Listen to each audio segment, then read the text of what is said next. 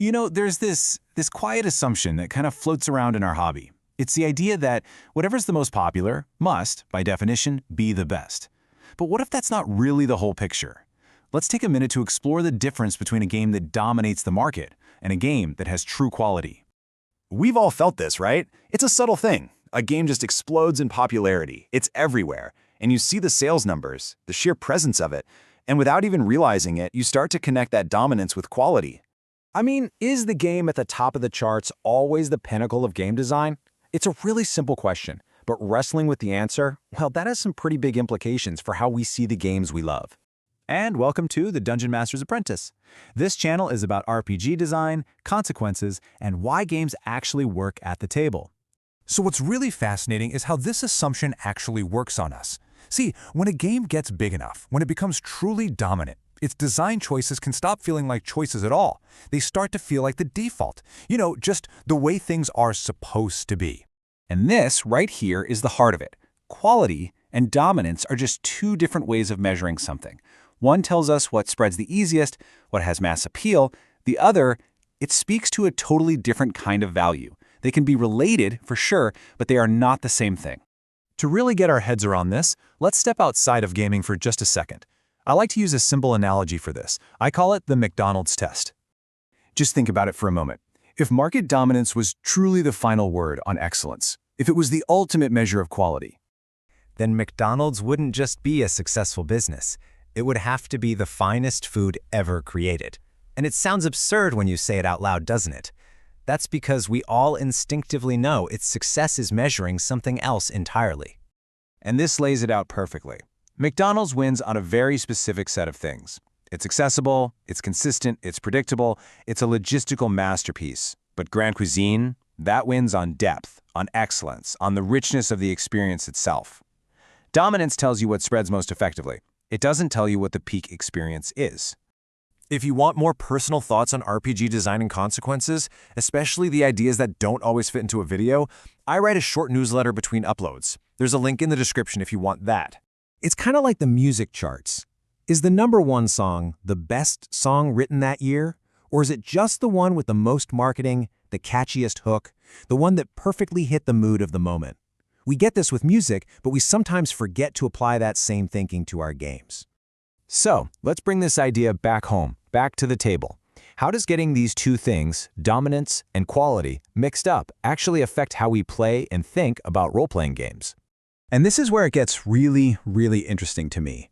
Because dominant games don't just sell a lot of copies. They actively go to work on us. They shape what we expect from a game, what we find fun. In a very real way, they train our tastes.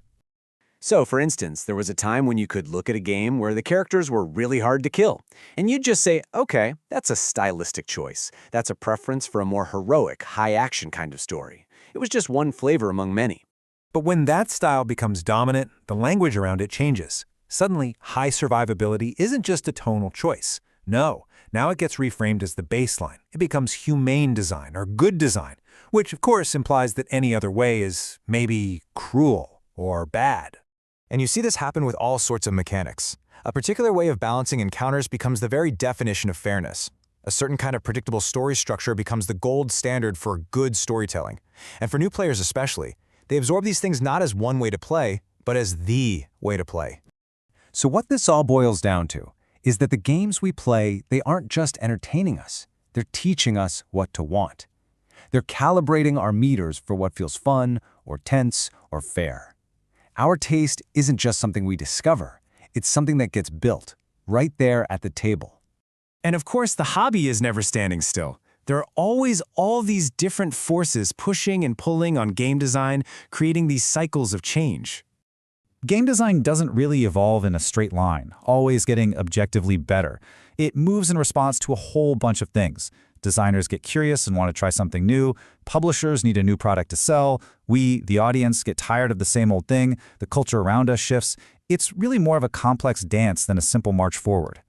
And this is why you'll see older styles of play suddenly get rediscovered.